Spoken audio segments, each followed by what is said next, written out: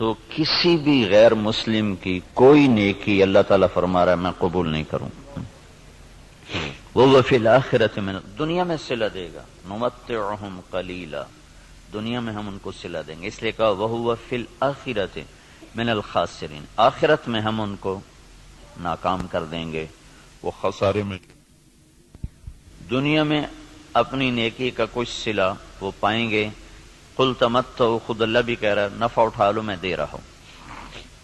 لیکن موت کے بعد اولئک الذین، یہ وہ لوگ ہیں جنہوں نے دنیا میں اپنے آپ کو سمجھا کہ ہم تو بہت اچھے کر رہے تھے. حبطت اعمالہم، لیکن ان کے اعمال ضائع ہو گئے اور اللہ تعالیٰ نے ان کی کوئی قیمت نہ لگائی. یہ ایک قانون ہو. دوسرا قانون، جو دین پہ چلنے والے ہیں ان کے ساتھ کیا ہوگا؟ اگر وہ پورے دین پر چل رہے ہیں تو پھر قرآن خوشخبری دیتا ہے انتم الاعلون، تم سب سے بلند رہو گے، تم سب سے عزت والے ہوگے. ان کنتم مؤمنین، اگر یہ دین پر چلنے والے ہوں گے پورے تو پھر کیا ہوگا؟ لفتحنا علیہم برکات من السماء والارض، زمین آسمان کی برکتوں کے دروازے تمہارے لیے اللہ تعالیٰ کھول دے گا. صرف دنیا میں اللہ کیا کرے گا اس کو میں آپ کو بتا رہا ہوں، جو اللہ نے قرآن میں وعدے کیے ہیں. اگر تم پر کوئی دشمن چڑھ آتا ہے تو وَكَانَ حَقًّا عَلَيْنَا نَصْرُ الْمُؤْمِنِينَ، پھر میرے ذمے ہے میں تمہاری مدد کروں. اور اگر اللہ تمہاری مدد کرے تو پھر کیا ہوگا؟ پھر وَلَن تُغْنِيَ عَنْكُمْ فِئْتُكُمْ شَيْئًا وَلَوْ كَثُرَتْ وَأَنَّ اللَّهَ مَعَ الْمُؤْمِنِينَ. پھر ساری دنیا تم پہ چڑھائی کر دے اور اللہ تمہارے ساتھ ہو تو پھر تمہارا کوئی کچھ نہیں بگاڑ سکتا. اللہ کے محبوب کا فرمان ہے، مسلم شریف کی روایت ہے، صحیح ساری کتابوں میں ہے، لن یغلب 12,000 من قلت، 12,000 اگر مسلمانوں کی تعداد ہو پوری دنیا میں، صرف 12,000، اور باقی ساری دنیا کا باطل ایک طرف ہو، تو انہیں اس وجہ سے شکست نہ ہوگی کہ یہ تھوڑے تھے، اس وجہ سے شکست نہیں ہوگی. اگر 12,000 کو شکست ہوئی ہے 12 لاکھ کے مقابلے میں یا 12 کروڑ کے مقابلے میں، تو شکست کی وجہ اللہ تعالیٰ کا نبی فرما رہا ہے کمی نہیں ہے، شکست کی وجہ ان کا اللہ سے تعلق کا ٹوٹنا یا ان کے اندر گناہوں کا پایا جانا، ورنہ 12,000 مسلمان ساری دنیا کے لیے کافی ہیں. لن یغلب 12,000 من قلت، 12,000 پر کوئی غالب نہیں آ سکتا. وَأَنَّ اللَّهَ، ویسے تو ایک مسلمان ہو تو اس پہ کوئی غالب نہیں آ سکتا جب اللہ ساتھ ہو. نبی ایک ہی تو ہوتا ہے، اکیلا نبی ہوتا ہے اور سارا کفر اس کے سامنے ہوتا ہے. اور ہود علیہ السلام تو ایسی قوم کے سامنے آئے تھے جن کے قد اس پلر کو دگنا کرو تو تب جا کے ان کا قد بنتا تھا. اتنے قد آور قوم تھی کہ 30 40 ہاتھ، یعنی کوئی 60 فٹ ان کا قد بنتا تھا. اور ان کے مقابلے میں اللہ نے لشکر کی بجائے ایک بھیجا، صرف ہود. وَإِلَىٰ عَادٍ أَخَاهُمْ هُودًا، ہم نے عاد کی طرف ہود کو بھیجا تو سارے مل گئے لیکن ہود علیہ السلام کو ہاتھ نہیں لگا سکتے، ایک ہی کافی ہوتا ہے. لیکن یہ اسباب کی دنیا ہے، اسباب کی دنیا ہے، تو یہاں بطور سبب یہ معجزات کا جہان نہیں، نبیوں کا معاملہ اور ہوتا ہے اور امت کا معاملہ اور ہوتا ہے. نبیوں کے ساتھ اللہ تعالیٰ کا نظام خصوصی چلتا ہے اور عام انسانوں کے ساتھ اللہ تعالیٰ کا نظام عمومی چلتا ہے.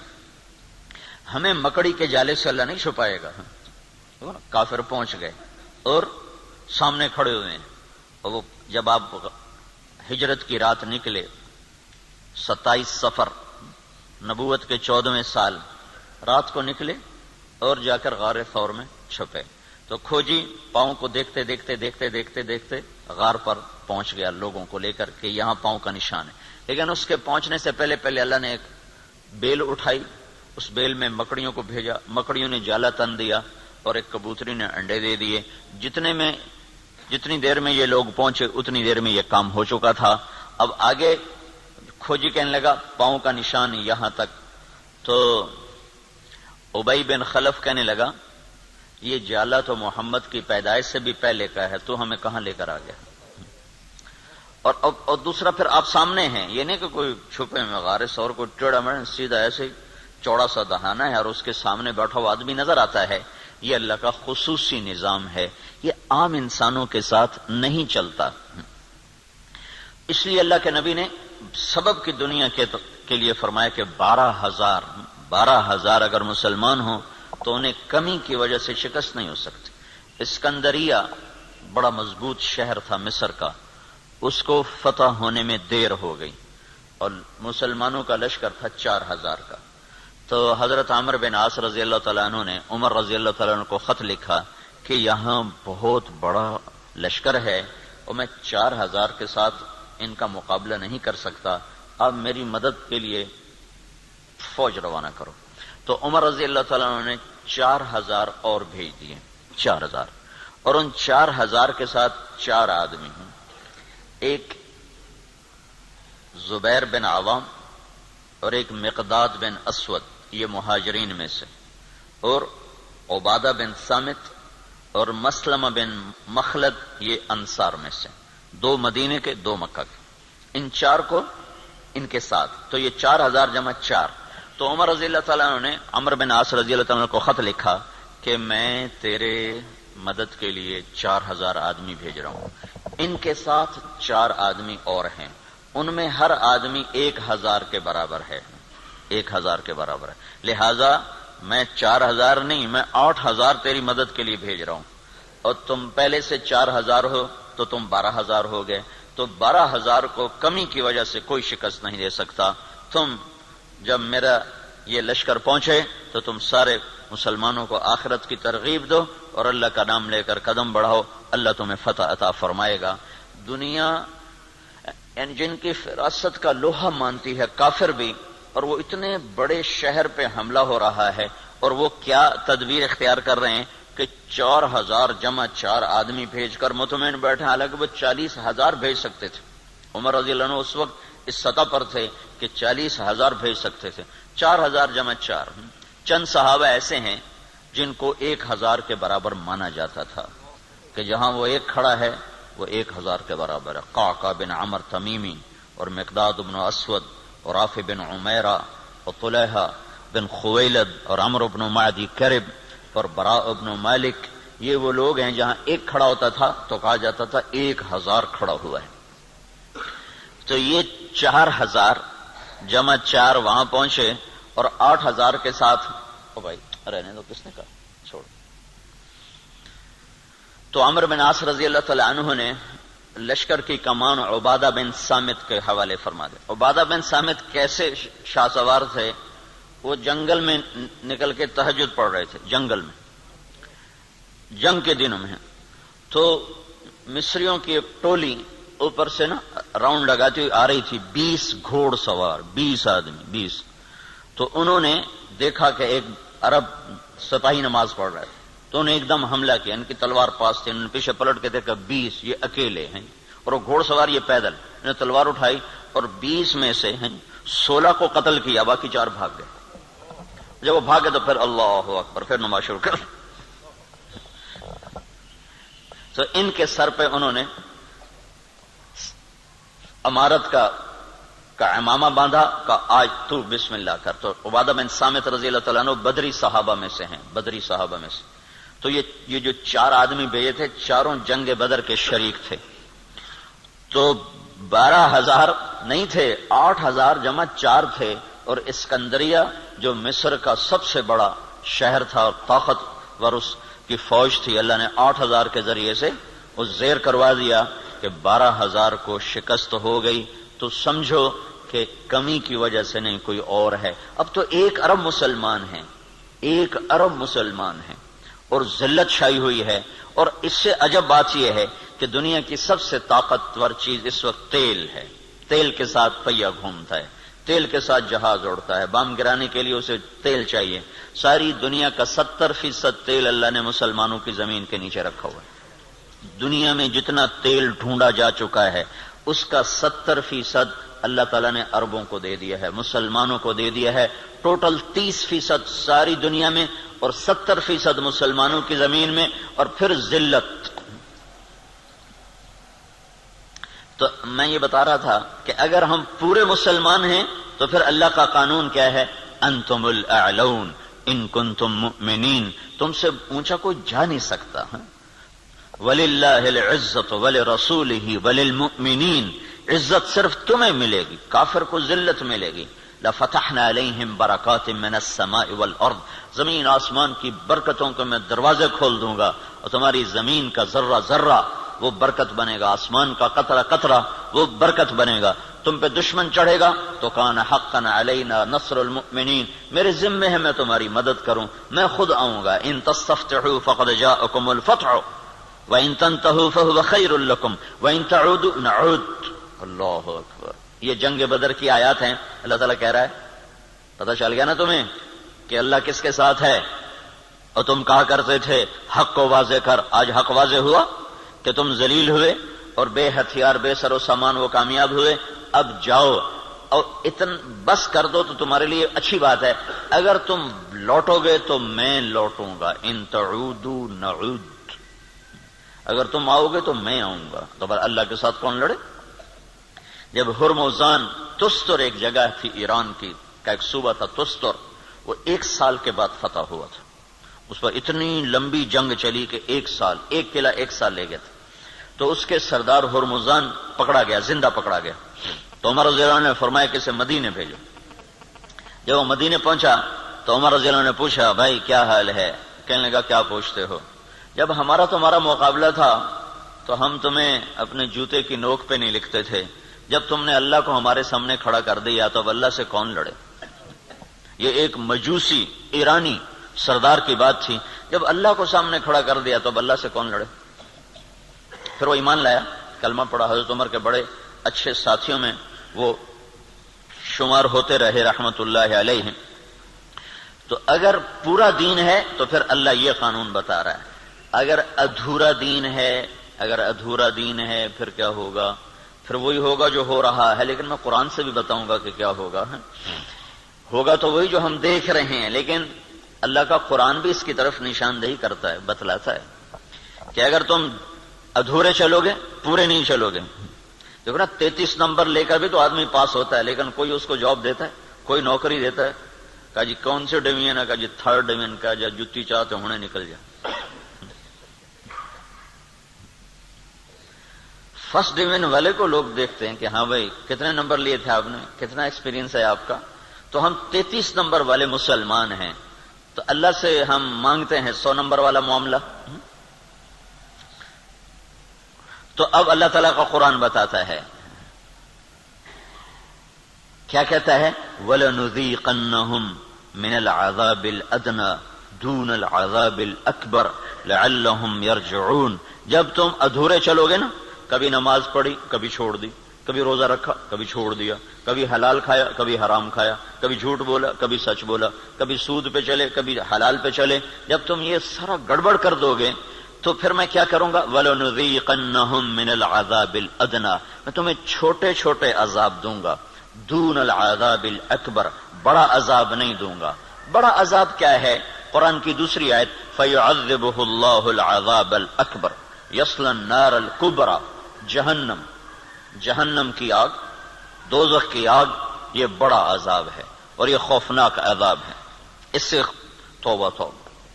اوہو انہا لغا، بھڑکتی ہے.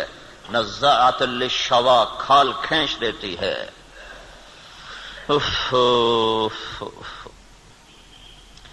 اللہ تعالیٰ کہہ رہا ہے میں چاہوں گا کہ تمہیں دوزخ میں نہ ڈالوں، یہیں صاف کروں. پھر بھی گناہ رہ گئے تو پھر جہنم میں جائے گا. پھر بھی اگر رہ گئے تو جہنم میں جائے گا. جب کوئی آدمی فرض نماز چھوڑ دیتا ہے اور پھر وہ توبہ نہیں کرتا، چھوڑی جاتا ہے تو اس کے نام کا ایک دروازہ جہنم میں کھول دیا جاتا ہے. اسے اس دروازے میں سے گزرنا پڑے گا چاہے ایمان پہ خاتمہ ہو. اللہ تعالیٰ کے نبی جب معراج پر گئے تو ایک جگہ دیکھا لوگ الٹے لٹکے ہوئے نا، تو ان کو نیچے سے آگ جلا رہی، ان کے پاؤں بندھے ہوئے رسے سے اور ان کو نیچے آگ جلا رہی. تو آپ نے پوچھا یہ کون لوگ ہیں؟ کہا جو روزہ نہیں رکھتے تھے. تو روزہ نہ رکھنا یہ تو مسلمان کے لیے، کافر سے تو روزہ مطلوب نہیں. ایک جگہ آپ نے دیکھا ایک آدمی لیٹا ہوا ہے تو ایک فرشتے کا ہاتھ میں پتھر ہے بہت بڑا، اس کے سر کے اوپر مارتا ہے، اس کا سر کیما ہو جاتا ہے. پتھر دور جا گرتا ہے، وہ پتھر اٹھانے جاتا ہے، واپس آنے تک اس کا سر ٹھیک ہو جاتا ہے، وہ پھر اس کے سر پہ پتھر مار وہ پھر قیمہ قیمہ ہو جاتا ہے۔ تو آپ نے پوچھا یہ کون ہے؟ کہ یہ وہ جو عشاء کی نماز پڑھے بغیر سو جاتا تھا، جو عشاء پڑھے بغیر۔ اور لاکھوں کروڑوں مسلمان ایک نماز بھی نہیں پڑھتے، عشاء کی کیا بات ہے، ایک بھی نہیں پڑھتے۔ تو بڑا عذاب آگے کا ہے، بہت خوفناک ہے، بہت خوفناک ہے۔ آگے آپ گئے تو آپ نے دیکھا ایک آدمی کا پیٹ ہے جیسے گنبد ہوتا ہے، گنبد کی طرح بڑا پیٹ ہے، اس پیٹ کے اندر سانپ گھسے ہوئے ہیں اندر، اور اس کو اندر سے ڈس رہے ہیں، اس کی چیخ و پکار ہے۔ تو آپ نے کہا یہ کون ہے؟ کہ یہ سود کھانے والے۔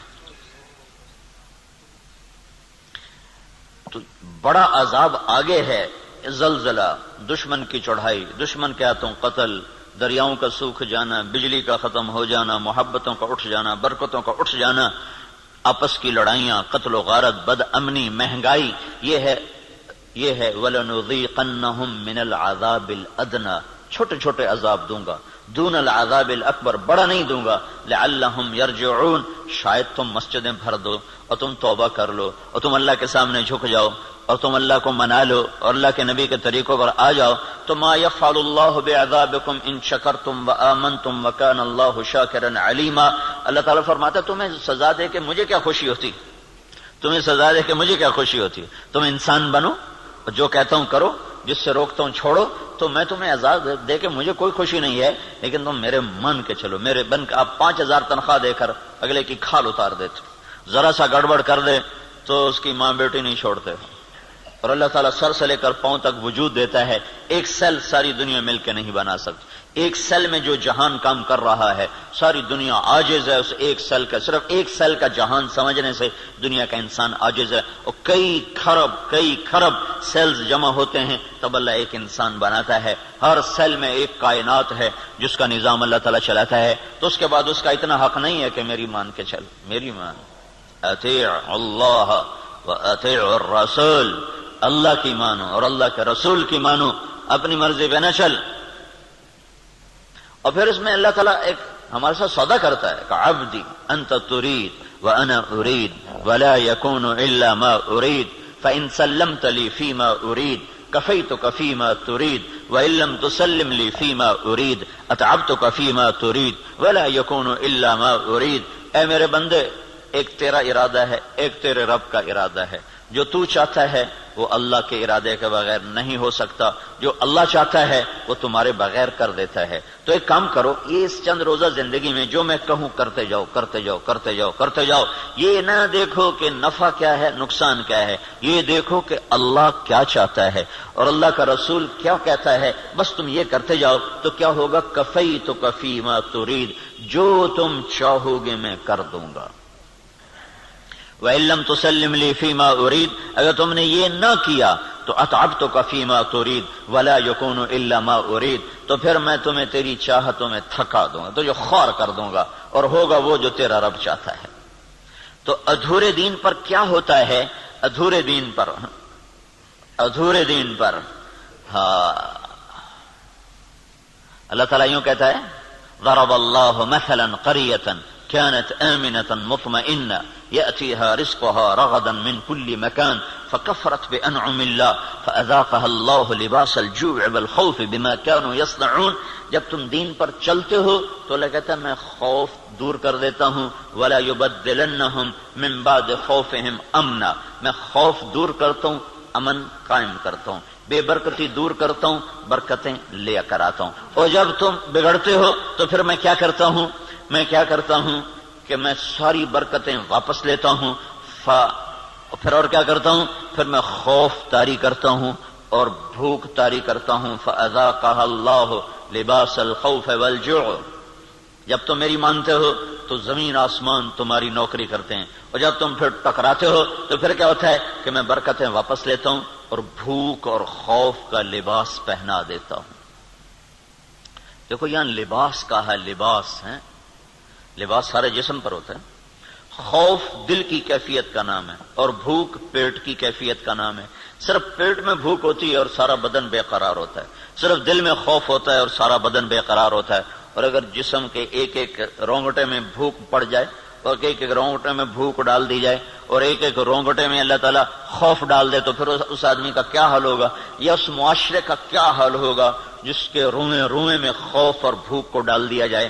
تو یہ اللہ تعالیٰ چھوٹے عذاب کی نشاندہی کر رہا ہے اپنی کتاب میں، اپنے قرآن میں، کہ جب تم نافرمانیاں کرتے ہو تو ظہر الفساد فی البر والبحر، زمین و آسمان میں، بر خشکی اور تری میں، کبھی سمندروں میں موجیں اٹھتی ہیں، کبھی زمین کی برکتیں گم ہو جاتی ہیں، کبھی زمین کپ کپاتی ہے، کبھی پہاڑ لرز جاتے ہیں، کبھی آسمان بے موسم بارشوں پہ اتر آتا ہے، کبھی ہوائیں پاگل ہو جاتی ہیں، کبھی محبتیں مٹ جاتی ہیں۔ یہ کیوں ہوتا ہے؟ یہ کیوں ہوتا ہے؟ جب تم بما کسبت ایدی الناس، یہ تمہارے اپنے ہاتھوں کی کمائی سے ہوتا ہے، تمہارے اللہ کا نہ ارادہ نہیں، تمہارے اپنے ہاتھوں سے ہوا ہے۔ بما کسبت ایدی الناس، یہ تمہارے اپنے ہاتھوں کی وجہ سے ہے۔ لیذیقہم بعد الذی عملوا، اللہ کہہ رہا ہے یہ تمہارے پوری سزا نہیں ہے، چھوٹی سزا، تھوڑی سزا، تھوڑی سزا کہ تم اللہ کی طرف رجوع کرو۔ تو بھائیو، مکمل دین ہے تو اللہ کا قانون اور ہے، ادھورا دین ہے اللہ تعالیٰ کا قانون اور ہے۔ زمین آسمان اللہ کے ہیں، قانون بھی اللہ کا چلتا ہے۔ زمین آسمان اللہ کی بادشاہی ہے، حکم بھی میرے اللہ کا چلتا ہے، یہاں کوئی پر نہیں مار سکتا، دم نہیں مار سکتا۔ ایک کتاب میں نے حدیث پڑھی، اللہ تعالیٰ نے ایک نبی سے فرمایا، یاد رکھ تیرے بدن پہ جو مکھی بیٹھتی ہے نا، وہ بھی تیرے رب کی اجازت سے بیٹھتی۔ اور قرآن دیکھو، ما تسقط من ورقۃ الا يعلمها، پتے کو کہو کہ اللہ کی مرضی کے بغیر گر کے دکھا دو۔ صرف فیصل آباد کے درختوں کے پتے گنو تو گنے نہ جائیں، صرف پاکستان کے درختوں کے پتے گنو تو گنے نہ جائیں، تو کل کائنات میں کتنے جنگل، پھر سمندر کے جنگل جو پانی کے اندر درخت ہیں وہ زمین کے درختوں سے زیادہ ہیں۔ اللہ نے پانی کے اندر بے شمار جنگل بنایا ہوا ہے، تو آپ نے اس کی شہنشاہی دیکھو کیا کہتا ہے، ایک پتا بھی گرتا ہے تو تیرے رب کے امر کے ساتھ ہے، تیرا اللہ اسے جانتا ہے۔ جاننے کا مطلب ہے کہ اس کے امر سے گرتا ہے۔ ولا حبہ، کوئی دانہ، فی ظلمات الارض، زمین کے اندھیروں میں، ولا رطب ولا یابس، کوئی خشک و تر، الا فی کتاب من مبین، ہر شے تیرے رب کی کتاب میں ہے۔ اتنی بڑی بادشاہی کا مالک ہو اور ہم بے وقوف لوگ اسی سے ٹکرانا شروع کر دیں تو ہم سے بڑا دیوانہ کون ہوگا؟ جھوٹ کے بغیر کام نہیں چلتا، سبحان اللہ، یہ مسلمان کہتا ہے۔ سود کے بغیر کام نہیں چلتا، یہ مسلمان کے جب بول ہوں تو زمین آسمان کانپے نہ تو کیا کرے؟ الا لعنت اللہ علی الکاذبین، اللہ نے کہا غور سے سنو، جھوٹوں پہ اللہ کی لعنت۔ اور یہ سب تاجر کہتے ہیں جھوٹ کے بغیر کام نہیں چلتا۔ ایک تاجر نے نا، اچھا بڑا تاجر تھا، وہ 3 دن لگا داڑھی رکھ لی چھوٹی چھوٹی، مجھے بڑی خوشی ہوئی۔ کچھ دن بعد ملاقات ہوئی تو شیو کیا ہوا۔ میں نے کہا یہ کیا کیا؟ کہنے لگا جو سارا دن جھوٹ بولنا پڑتا تو میں نے شیو کرا دیا۔ میں نے کہا اللہ کے بندے، کوئی داڑھی کی وجہ سے جھوٹ حرام ہے؟ جھوٹ تو کلمے کی وجہ سے حرام ہے۔ اب تو نے 2 گناہ شروع کر دیے، داڑھی بھی منڈائی، جھوٹ بھی بولا، تو اب داڑھی منڈانے سے جھوٹ حلال ہو گیا۔ جھوٹ کا حرام ہونا داڑھی کے ساتھ نہیں ہے، جھوٹ کا حرام ہونا کلمے کے ساتھ، کہ تو کلمہ پڑھ کے جھوٹ، تو یہ کیوں کہتا ہے کہ داڑھی رکھ کے جھوٹ بولوں مجھے شرم آتی ہے؟ تو یہ کہ کلمہ پڑھ کے جھوٹ بولوں مجھے شرم آتی ہے۔ کلمہ پڑھنے کے بعد جھوٹ بولنا بے حیائی ہے نا، کہ داڑھی رکھنے کے بعد۔ داڑھی تو سکھوں نے بھی رکھی ہوئی۔ یہ میرے اللہ کے نبی کا امر ہے، حکم ہے، یہ اور حکم ہے، وہ اور حکم ہے۔ ایک کی وجہ سے دوسرا چھوڑ دوں، ایک کی وجہ سے دوسرا چھوڑ دوں، یہ کہاں کی نادانی ہے؟ تو اس کو بات سمجھ میں اس نے پھر رکھ لی۔ تو اب جب تاجر کہے جھوٹ کے بغیر کام نہیں چلتا، سود کے بغیر تجارت نہیں چلتی، اور اللہ کہے لعنت اللہ علی الکاذبین، جھوٹوں پہ اللہ کی لعنت، اور اللہ تعالیٰ کہے فاذنوا بحرب من اللہ ورسولہ، یا سود چھوڑ دو یا اللہ اس کا رسول سے جنگ لڑنے کے لیے تیار ہو جاؤ۔ ہماری تو جنگ اللہ امریکہ سے تھوڑی ہماری جنگ ہے، یا ہندوستان سے تھوڑی ہماری جنگ ہے، یا اسرائیل سے ہماری جنگ، تو ہماری تو اللہ سے جنگ ہوئی پڑی، اللہ ہمارے خلاف جنگ کر رہا ہے۔ اصل تو مقابل میں اللہ آیا ہوا ہے، اللہ اس کا رسول آیا ہوا ہے۔ صرف اللہ اکیلا نہیں ہے، یعنی ایسا اعلان اللہ نے کسی جگہ کیا ہی نہیں. تو کتنی بے غیرتی ہے کفر. دنیا کا سب سے بڑا گناہ ہے کفر. دنیا کا سب سے بڑا جرم ہے شرک اور کفر، کہ شہنشاہ اعظم خلاق علیم کو نہ ماننا، یا ماننا تو اس کا شریک ماننا. اللہ تعالیٰ نے اس کے لیے نہیں کہا کہ میں تیرے خلاف لڑائی کروں گا. ان کو دھمکیاں دیں جہنم میں ڈالوں گا، آگ میں ڈال دوں گا، تباہ کر دوں گا. لیکن سود کھانے والا 5 وقت کا نمازی بھی ہے تو اللہ کہتا تیار ہو جا، تیری میری جنگ ہے. اور صرف میری نہیں، میرا رسول بھی تیرے ساتھ جنگ کرے گا. میں بھی کروں گا، میرا رسول بھی کرے گا. بڑا جگر ہے لوگوں کا جو اتنے بڑے اعلان کے بعد کہیں جی سود کے بغیر تو پھر کام نہیں چلتے. تو یہ جب دین ادھورا ہوتا ہے تو پھر کیا ہوتا ہے، یہ سارا میں آپ کو قرآن پاک سے بتا رہا ہوں.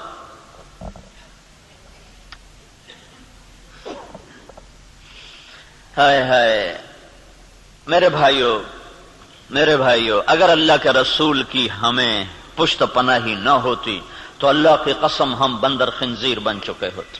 دعا دو اس مدینے والے کو جو اتنا رویا ہے.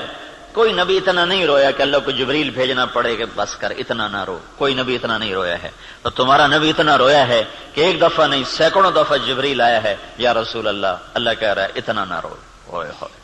اور اس کو چھوڑو، قرآن کی گواہی سنو، قرآن کی جو قیامت تک پڑھا جائے گا. اور ہر گھر میں ہے. حدیث پاک تو انہی کے گھر میں ہوگی جس کو تھوڑا حدیث کا علم ہے، لیکن قرآن تو ہر پڑھے لکھے ان پڑھ کے گھر میں ہوتا ہے.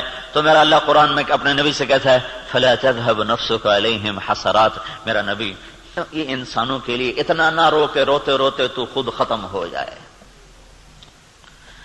یہ اگر ان کے آنسو نہ ہوتے اور ان کی دعائیں نہ ہوتی اور ان کا رونا دھونا نہ ہوتا تو اللہ ہم پر بھی ایسے ہی رندہ چلاتا جیسے پہلی قوموں پہ رندہ چلا کہ بندر بنا دو، خنزیر بنا دو، پتھروں سے دبا دو، پانیوں سے بہا دو، ہواؤں سے اڑا دو. کر دیتا. اللہ کی ہم سے کیا رشتہ داری، کیا تعلق. ان اللہ لغنی عن العالمین.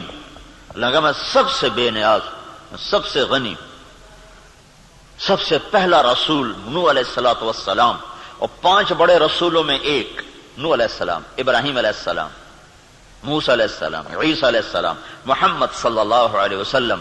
5 بڑے رسولوں میں 1,24,000 نبی اور رسول، 313 رسول. پھر 313 میں 5 سب سے اعلی نمبر، ان میں سب سے بڑے محمد الرسول اللہ صلی اللہ تعالی علیہ وسلم ہیں.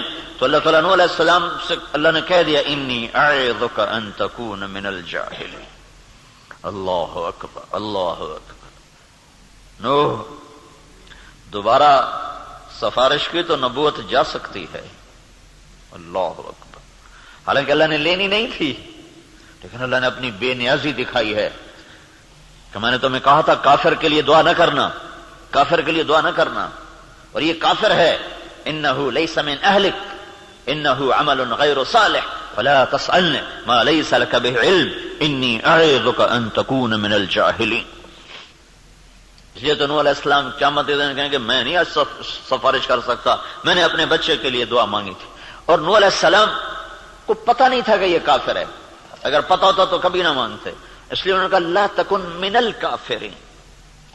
اگر پتہ ہوتا تو کہتے لا تکن من الکافرین. انہیں پتہ نہیں تھا، وہ منافق تھا. کہا لا تکن مع الکافرین. مع اور من، مع کا مطلب تھا کہ تو مسلمان ہے تو کافروں کے ساتھ کیوں جا رہا ہے.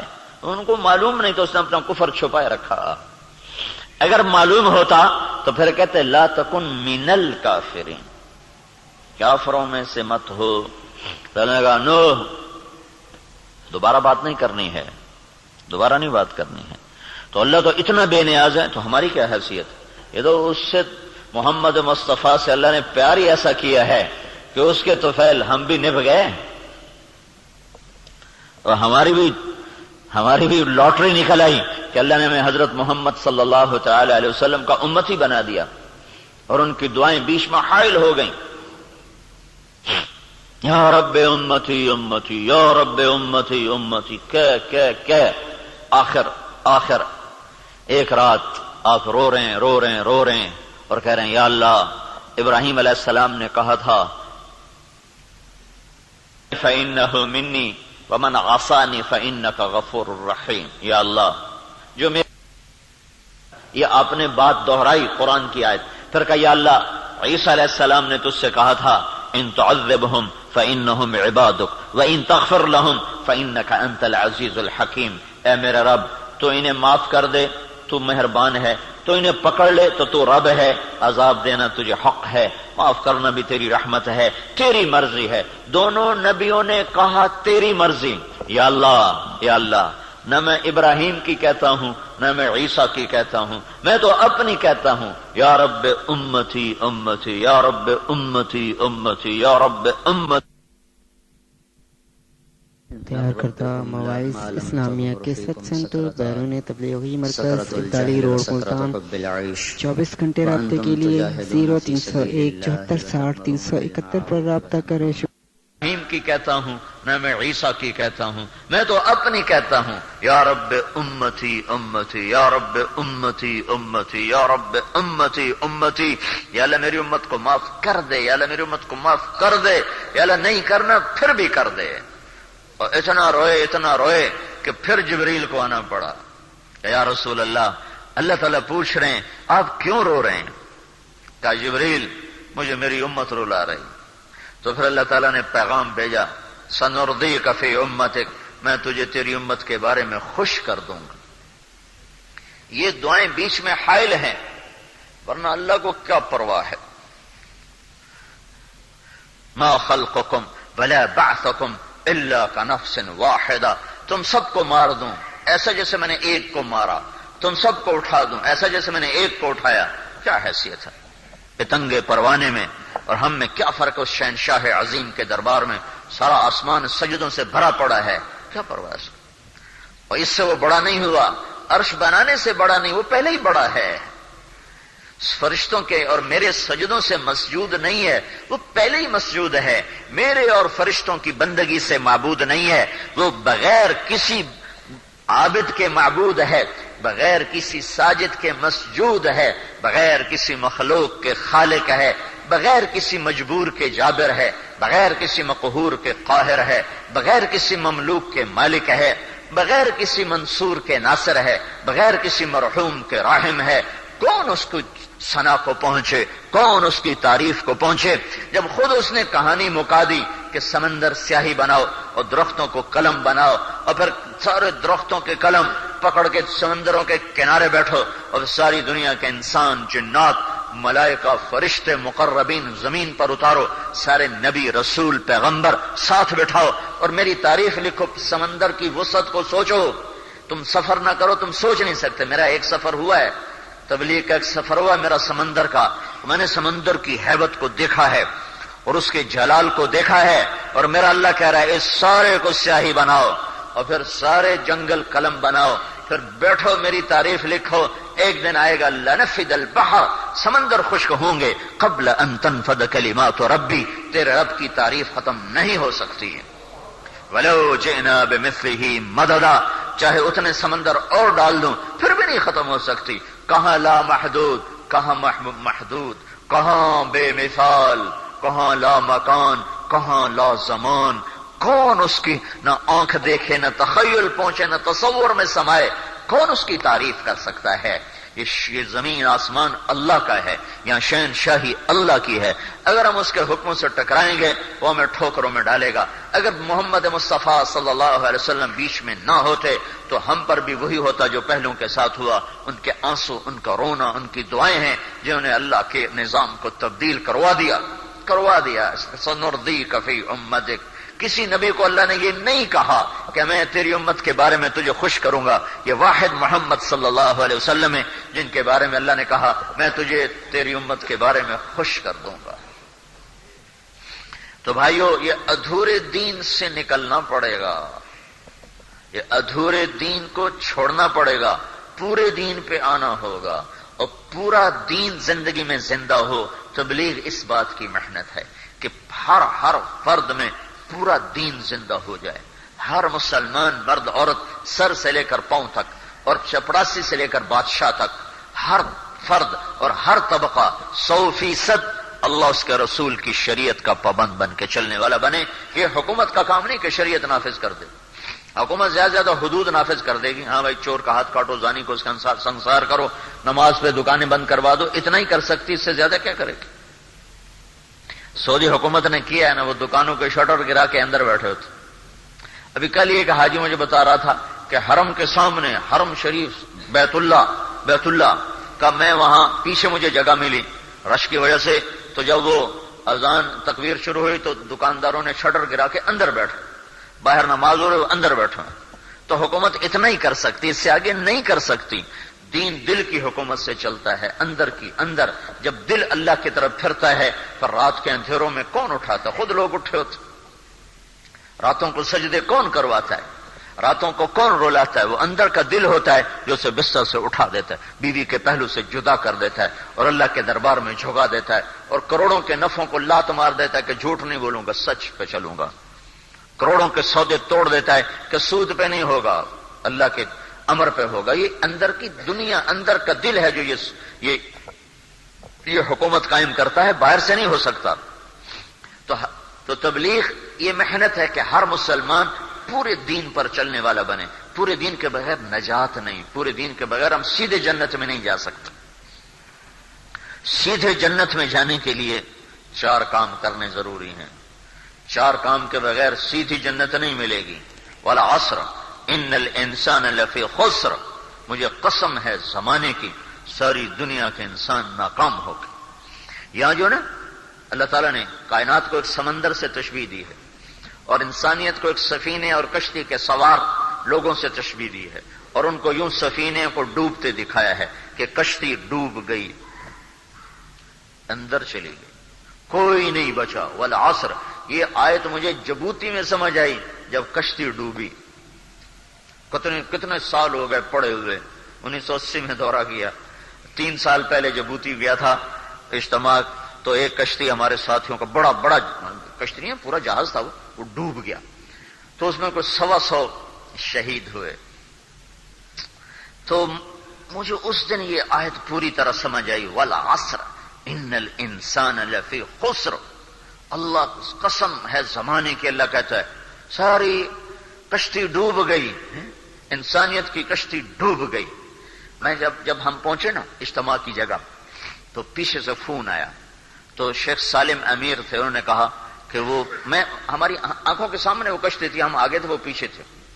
تو وہ اس میں وزن زیادہ ڈال دیا تھا، وہ تجارتی تھی کشتی، ہماری کشتیوں نے اسپیشل کی تھی ہمیں آگے لے جانے کے لیے.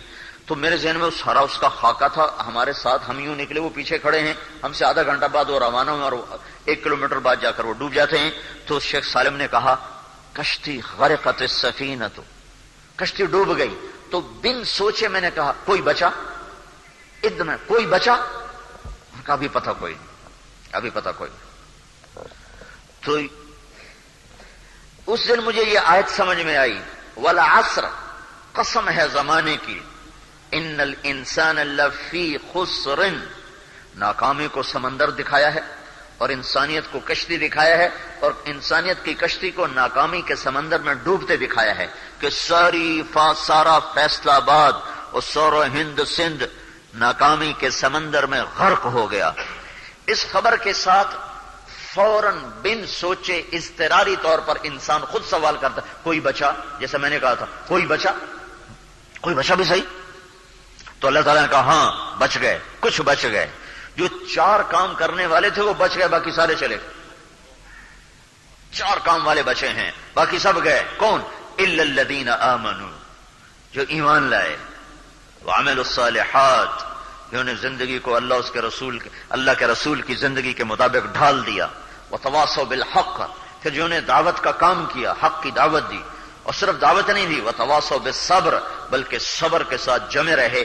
یہ 4 جن کے پاس تھے نا ہوا کے مشکیزیں، وہ جب ہم چلے نا اندر سمندر میں، وہ جب تھی تو انہوں نے وہ لائف جیکٹس نکال لی، وہ جن میں ہوا بھرتے ہیں نا، وہ انہوں نے نکال کے نا پہننا شروع کر دی کہ اگر کچھ ہو جائے تو وہ لائف جیکٹس ہیں جس میں ہوا بھر لیتے ہیں، تو وہ اوپر نیچے کوئی ہو بھی جائے تو وہ تیرتے رہتے ہیں، پیچھے سے مدد آ جاتے ہیں، نکال لیتے ہیں. تو اللہ تعالیٰ ہمیں 4 لائف جیکٹ بتا رہا ہے کہ 4 غبارے بھرو تب تیر سکو گے. 4 غبارے بھرنے پڑیں گے. الا الذین آمنوا، ایمان، سارے کافر ناکامی میں چلے گئے. وعملوا الصالحات، عمل بھی بناؤ تو ایمان والے ناکامی میں چلے گئے. وتواصوا بالحق، دعوت دو تو عمل والے ناکامی میں چلے گئے. وتواصوا بالصبر، اور صبر بھی ہو تو سارے تبلیغ والے ناکامی میں چلے گئے. لیکن یہاں ناکامی اور ہے، پہلی ناکامی اور ہے. پہلی ناکامی کیا ہے؟ والعصر ان الانسان لفی خسر، ساری دنیا کے انسان جہنم کے سمندر میں غرق ہو گئے اور اللہ کی ناراضگی اور غیظ و غضب کا شکار ہو کر جہنم کی آگ میں چلے گئے. پہلی ناکامی یہ ہے. کوئی بچا میرے مولا کہاں؟ الا الذین آمنوا، ایمان والے بچ گئے، ایمان والے بچ گئے. تو پہلے گئے دوزخ میں اور گئے ہمیشہ کے لیے، ایمان والے بچ گئے. وعملوا الصالحات، ایمان والے دوزخ میں نہیں جا رہے. اب اگلا مقام وعملوا الصالحات، ہاں ایمان والے بھی دوزخ میں جائیں گے. کون؟ جنہوں نے عمل نہ کیا، جنہوں نے اچھے عمل نہ کیے، جنہوں نے اللہ کے رسول کی زندگی کے مطابق زندگی نہ گزاری. تو پھر ان میں اور کافر میں کیا فرق ہے؟ وہ بھی تو ناکام اور یہ بھی ناکام. کہیں ان میں فرق ہے. یہ ایمان والے ہیں، یہ ایک دن اپنے گناہوں کی سزا بھگت کے جنت میں چلے جائیں گے اور کافر ہمیشہ جہنم میں رہیں گے. ایک دن ایسا ہوگا کہ کافر مسلمانوں سے کہیں گے تمہارے ایمان نے تمہیں کیا نفع دیا؟ تم بھی آگ میں، ہم بھی آگ میں. یہ کافر کہیں گے مسلمانوں سے تمہارے ایمان نے تمہیں کیا نفع دیا؟ تم بھی آگ میں، ہم بھی آگ میں. تو اللہ تعالیٰ فرمائے گا جس نے زندگی میں ایک دفعہ بھی میرا کلمہ پڑھا ہو اس کو جہنم سے نکال دو. تو اس وقت سارے جہنم سے نکلیں گے. جب وہ نکلیں گے تو پھر کافر کہیں گے ربما یود الذین کفروا لو کانوا مسلمین. 14واں سپارہ کہ ہائے کاش ہم نے یہ کلمہ پڑھا ہوتا. خالی کلمہ پڑھ لینا بشرطے کہ اس پہ موت آ جائے، موت بھی اسی پہ آ جائے. تو یہ اللہ اپنے قانون پر عمل کرے گا تو جہنم میں ڈالے گا، اپنی رحمت کو دیکھے گا تو چاہے بے عمل ڈال دے جنت میں. کون پوچھنے والا ہے؟ کفل، میرے نبی نے فرمایا چند دن پہلے ترمذی کے سبق میں یہ حدیث آئی. بنو اسرائیل کا ایک شخص تھا، اس کا نام تھا کفل. ذل کفل نبی ہیں یہ کفل. ساری زندگی اس کی شراب اور زنا میں تھی. ہر رات نئی عورت اس کے پہلو میں تھی. ایک رات ایک عورت وہ لے کر آیا 60 دینار دے کر. 60 دینار آج کا 6 لاکھ روپیہ بنتا ہے. 6 لاکھ ایک رات میں جو زنا پہ خرچ کر دے اس کو کتنا رزق ملا ہوا ہوگا. تو جب وہ کمرے میں داخل ہوا تو وہ لڑکی رونے لگی. تو اس نے کہا کیوں روتی ہو؟ اس نے کہا میں پیشہ ور نہیں ہوں، مجھے بھوک نے یہاں تک پہنچایا ہے اور میں اپنی عزت کے لٹنے پہ رو رہی ہوں.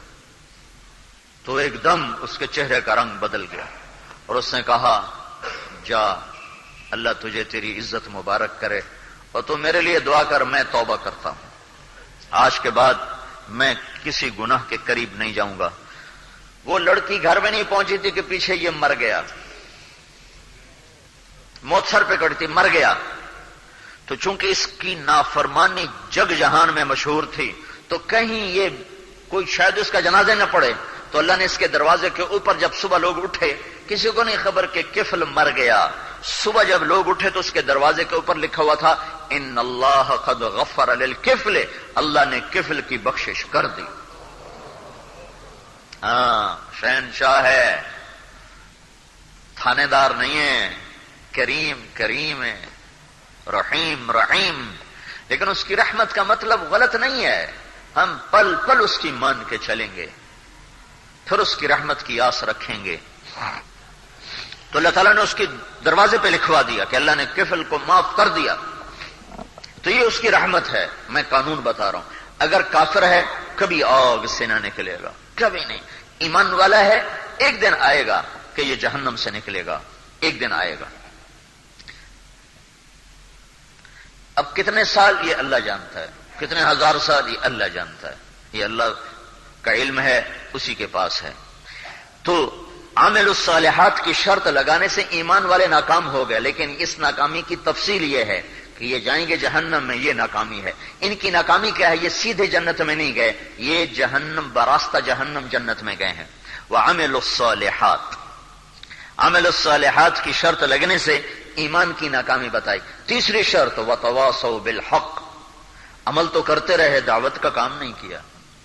اس امت کا ترہ امتیازی دعوت ہے، هو اجتباکم، ہم نے تمہیں چنا، وکذالک جعلناکم امۃ وسطا، ہم نے تمہیں امت وسط بنایا۔ وسط کا ترجمہ ساری تفسیروں میں ہے اعتدال والی، درمیان والی امت وسط، اعتدال والی امت۔ جبوتی، میں اس کا ایک ترجمہ اور کرتا تھا، مجھے ایک ترجمہ اس کا اور سمجھ میں آیا تبلیغ کی وجہ سے نا، تبلیغ کی مناسبت سے، وَكَذَلِكَ جَعَلْنَاكُمْ أُمَّةً وَسَطًا۔ وسط کا ایک مطلب ہوتا ہے وسط، درمیان، اور ایک مطلب ہوتا ہے واسطہ۔ واسطہ وسط ایک ہی لفظ ہے، مطلب دو ہیں۔ ساری تفسیروں میں اس کا مطلب ہے ہم نے تمہیں امت وسط بنایا تھا، تم اعتدال والے ہو، تم میں غلو نہیں ہے کہ ہمارے دین میں رہبانیت نہیں ہے اور ہمارے دین میں سخت احکام نہیں ہے، وہ سہولتیں اللہ نے رکھی ہیں، تو ہم یہ امت ہیں۔ میں اس کا ترجمہ کرتا ہوں کہ ہم نے تمہیں بنایا امت واسطہ۔ عربی کے لحاظ سے یہ مطلب ٹھیک ہے، اس پر کوئی اشکال نہیں ہو سکتا، اعتراض نہیں ہو سکتا۔ ہم نے تمہیں بنایا ہے امت واسطہ، وَكَذَلِكَ جَعَلْنَاكُمْ أُمَّةً وَسَطًا، اے میرے محبوب کی امت، میں نے تمہیں امت واسطہ بنایا۔ واسطہ کیا مطلب؟ پہلے جیسے اللہ اور بندوں کے درمیان نبی واسطہ بنتا تھا نا، ورنہ بندے کیا جانے اللہ کون ہے، پھر آخر میں میرا نبی واسطہ بنا پوری انسانیت اور اللہ کے درمیان۔ اب اس کے بعد تم واسطہ ہو لوگوں کو اللہ تک پہنچانے کے لیے، تم بیچ میں ہو محمد مصطفیٰ اور انسانیت اور امت اور اللہ، یہ ایک چین بنتی ہے۔ تو محمد مصطفیٰ میرے اور تمہارے درمیان واسطہ ہیں، اور تم آگے انسانیت کے لیے تم واسطہ ہو۔ یہ میں نے اس کا ترجمہ کیا۔ تو ایک عرب عالم بیٹھے تھے، بڑے شاعر بھی، بڑے عالم میرے پاس آ گئے، کہنے یہ تو بڑی جرت کا کام ہے، تم قرآن میں یہ مطلب بیان کرتے ہو۔ میں نے کہا یہ بتاؤ عربی معنی کے لحاظ سے غلط ہے؟ کہ نہیں، عربی معنی کے لحاظ سے تو غلط نہیں ہے، لیکن کسی نے کہا ہو تو پھر دل ٹھگئی، یہ قرآن ہے، یہ کوئی لغت کی کتاب تو نہیں ہے۔ میں نے کہا اچھا انشاءاللہ میں دیکھوں گا۔ پھر میں پاکستان آیا تو جو پرانی تفسیر ہے نا، سب سے پرانی تفسیر قدیم، وہ ہے تفسیر طبری، جو سب سے پہلی تفسیر لکھی گئی وہ طبری ہے۔ تو اور تفسیروں میں تو یہ مطلب تھا نہیں، میں نے اس کو ڈھونڈنا شروع کیا، اس میں بھی مجھے نہیں ملا نا، تو میرا دل اللہ کے فضل سے جب وہ بحث ختم ہو رہی تھی تو وہاں مجھے اس کا مطلب وہ ملا جو میں بیان کر رہا تھا، وَكَذَلِكَ جَعَلْنَاكُمْ أُمَّةً وَسَطًا، کہ ہم نے تمہیں واسطہ بنایا ہے۔ میں نے اسی وقت فون اٹھایا، میں نے کہا شیخ فوزی وجد، دیکھو میں نے دیکھ لیا ہے تفسیر طبری میں صفحہ فلاں پر یہ لکھا ہے۔ کہنے کا بھانی لک، آپ کو مبارک ہو۔ تو اللہ نے اس امت کو امت واسطہ بنایا۔ واسطہ، ہم واسطہ ہیں، جیسے تمہارے یہ دلال نہیں ہوتے، تمہارے سودے نہیں کرواتے، تو ہم بھی اللہ اس کے رسول کی جنت کا سودا کرواتے ہیں، جاؤ بھائی جنت کا سودا کر لو، تو اس کا صلہ اللہ تمہیں دے گا۔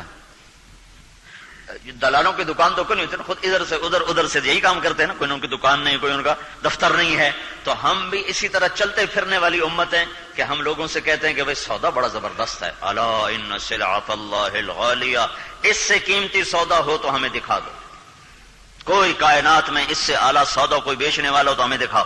اور پارٹی ایسی ہے جو کبھی پھرتی نہیں، تم تو پھر تو گرتو نہ سارے، جتھے نفع وے کہ اتائی پیر تے لگ گیا، او باجی کی کریے جی، گزارا نہیں ہوتا ہے، اتائی پیر تے لگ گیا۔ اور اللہ کہتا نہ میں پھروں نہ میرا رسول پھرے، اور سودا کرو، جنت کا سودا کرو۔ تو ہم تو وہ لوگ ہیں امت وسط، لہذا اللہ نے ہمیں کہا وتواصوا بالحق۔ یہ کام پہلی امتوں کے ذمہ نہیں تھا، ہمارے ذمہ۔ امر بالمعروف نہی عن المنکر، یہ ہر امت میں تھا۔ دعوت الی اللہ، کہ غیروں کو بھی کہو کلمہ پڑھو، یہ کسی امت کے ذمہ نہیں تھا، چونکہ ہر قوم قبیلے میں نبی ہوتا تھا۔ تو ضروری نہیں کہ فیصل آباد میں رہنے والے لاہور والوں کی مانے، فیصل آباد میں نبی الگ ہے، لاہور میں نبی الگ ہے، تو کیا ضرورت ہے ان کو وہاں جانے کی۔ جالینوس مصر میں تھا، عیسیٰ علیہ السلام فلسطین میں تھے، تو جالینوس حکیم نام سنا، جوارش جالینوس جس نے بنائی تھی، تو اس سے کسی نے کہا فلسطین میں ایک طبیب آیا ہے جو مردے زندہ کرتا ہے، انہوں نے کہا وہ طبیب نہیں ہو سکتا، وہ نبی ہوگا، نبی ہوگا۔ لیکن جالینوس پہ عیسیٰ علیہ السلام پہ ایمان لانا فرض نہیں تھا، اگر اس کے پاس توحید ہے تو وہ جنتی ہے، چونکہ عیسیٰ علیہ السلام بنو اسرائیل کے نبی تھے. ہمارا نبی جب آیا تو کہا تبارک الذی نزل الفرقان علی عبدہ لیکون للعالمین نذیرا، کہہ دو کہ میں سارے عالم کا اکیلا رسول ہوں، اب اور کوئی نہیں آئے گا. جب اور کوئی نہیں آئے گا تو پھر میرا نبی آج بھی زندہ ہوتا، ہم بھی صحابی بنتے. نوح علیہ السلام جتنی عمر تو لے آتے، 1450 سال ہوتی تو ہم سارے صحابی بن جاتے.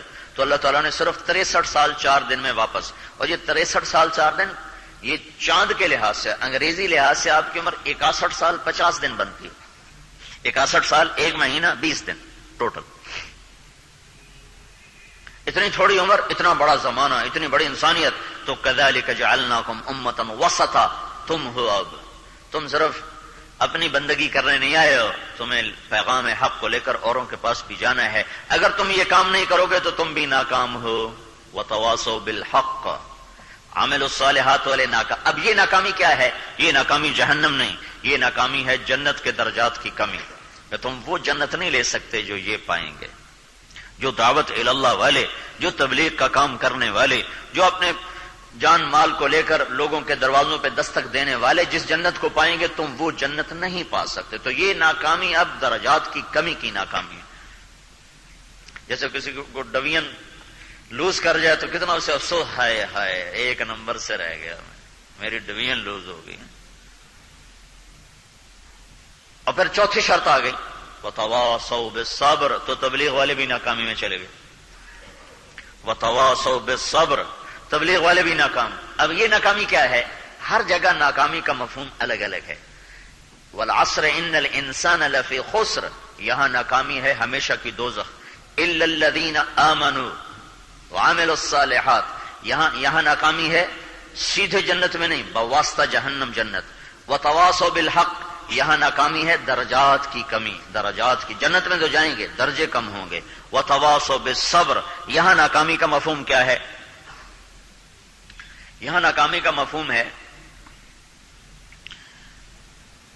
20 ٹیمیں 20-30 ٹیمیں مقابلے میں آتی ہیں اور وہ میچ کھیلتی ہیں، کرکٹ ہے، فٹ بال ہے، ہاکی ہے.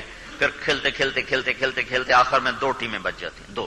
وہ دونوں ہم پلہ ہوتی ہیں، دونوں 19-20 کا فرق ہوتا ہے. آگے تقدیر لڑتی ہے، تدبیر عام طور پہ کم ہوتی ہے، عام طور پہ چونکہ دونوں ہم پلہ ہوتے ہیں، ہم پلہ. تو یہ جو 2 ٹیمیں میدان میں اترتی ہیں نا، ہر ایک کی سر سے لے کر پاؤں تک فریاد ہوتی ہے کہ ٹرافی ہم لے جائیں، نمبر 1 ہم کہلائیں. اب جب وہ ایک ہارتا ہے تو وہ کبھی یہ خوشی نہیں مناتا کہ میں سیکنڈ آیا ہوں، وہ روتا ہوا باہر نکلتا ہے کہ ہم ہار گئے. حالانکہ وہ تو نمبر 2 پر تو ہے نا، ان کو یہ مبارک تو ہے کہ انہوں نے ٹرافی تو نہیں جیتی لیکن 2 نمبر پر تو ہے، نمبر 2 پر تو ہیں. لیکن نہ ان کے عوام خوش ہوتے ہیں نہ وہ ٹیم خوش ہوتی، وہ بھی روتے پھر روتے، ان کے عوام بھی رو رہے ہوتے ہیں ہماری ٹیم ہار گئی. حالانکہ اسی کا دوسرا رخ دیکھو تو بھائی تم یہ تو دیکھو کہ انہوں نے 20 ٹیموں کو پار کیا اور دوسرے نمبر پر پہنچے ہیں. یہ شاباش تو انہیں دو، لیکن انہیں یہ شاباش دینے کے لیے نہ قوم تیار ہوتی ہے، نہ وہ شاباش لیں گے جو خود تیار ہوتے ہیں کہ ہائے ہم ہار گئے. یہ جو چوتھی شرط ہے یہ ناکامی ہے کہ نمبر 1 پر یہ ہار جائیں گے، یہ پہلے نمبر پر نہیں آ سکتے. صبر کی شرط اگر مٹ گئی تو یہ وکٹری سٹینڈ یہاں نہیں آ سکتا. تو یہ 4 باتیں ہیں دنیا اور آخرت میں مکمل کامیاب ہونے کے لیے. یہ تبلیغ کا کام ان 4 کا جامع کام ہے. ایمان بھی سیکھ رہے ہیں، عمل بھی سیکھ رہے ہیں، دعوت بھی دے رہے ہیں، صبر بھی سیکھ رہے ہیں. اگرچہ چوتھی شرط ابھی بہت کم ہے چونکہ چوتھی شرط کا تعلق ہے اچھے اخلاق کے ساتھ، اور ابھی اچھے اخلاق والا چیپٹر کھلا ہی نہیں. یہ کھلا ہے تو کسی نے پڑھا ہی نہیں، پڑھا ہے تو کسی نے عمل ہی نہیں کیا ہے. عمل کیا ہے تو کرنے والے اتنے تھوڑے ہیں کہ اس کو آٹے میں نمک بھی نہیں میں کہہ سکتا. میں اپنے مدرسے میں بچوں کو جو اخلاقیات کے ابواب ہیں میں خود پڑھاتا ہوں کہ میں نے کہا تو دیکھو تم رفع یدین کرو پھر بھی جنت میں جاؤ گے، نہ کرو پھر بھی جنت میں جاؤ گے. اب امام شافعی کے کروڑوں ماننے والے سب رفع یدین بھی کر رہے ہیں، آمین بھی کہہ رہے ہیں، سورۃ فاتحہ بھی پڑھ رہے ہیں. اور امام ابو حنیفہ کے کروڑوں ماننے والے رفع یدین نہیں کر رہے، سورۃ فاتحہ نہیں پڑھ رہے، آمین اونچی نہیں کہہ رہے. اللہ کے فضل سے یہ بھی جنت میں جائیں گے، وہ بھی جنت میں جائیں گے. لیکن اگر تمہارے اخلاق بگڑ گئے تو تم کسی حال میں بھی جنت میں نہیں جا سکتے. اور اخلاق اسلام کا آخری سبق ہے، اخلاق اسلام کا آخری سبق ہے۔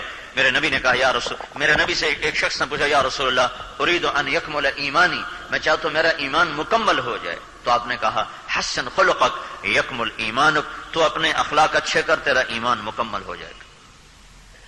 پھر ایک شخص نے پوچھا یا رسول اللہ سب سے بڑی نیکی کیا ہے، تو آپ نے کہا اچھے اخلاق۔ تو بھائی یہ چاروں باتیں اللہ کے فضل سے جو ہو رہی ہیں، اللہ کے فضل سے ہو رہی ہیں اور وجود میں آ رہی ہیں۔ آپ سے گزارش ہے آپ بھی نیت کرو، ارادے کرو، حوصلے کرو اور ہمت کر کے نکلو۔ اللہ کا شکر ہے کہ اللہ نے سارے عالم میں ایک آواز اٹھائی اور یہاں سے وہ آواز لگی ہے، تو ہم اس کے قدردان بنے۔ تو بولو، بتاؤ بھائی۔ جی جن کے 4 مہینے لگ چکے ہیں وہ تو بھائی مواعظ اسلامیہ کیسٹ سینٹر بیرون تبلیغی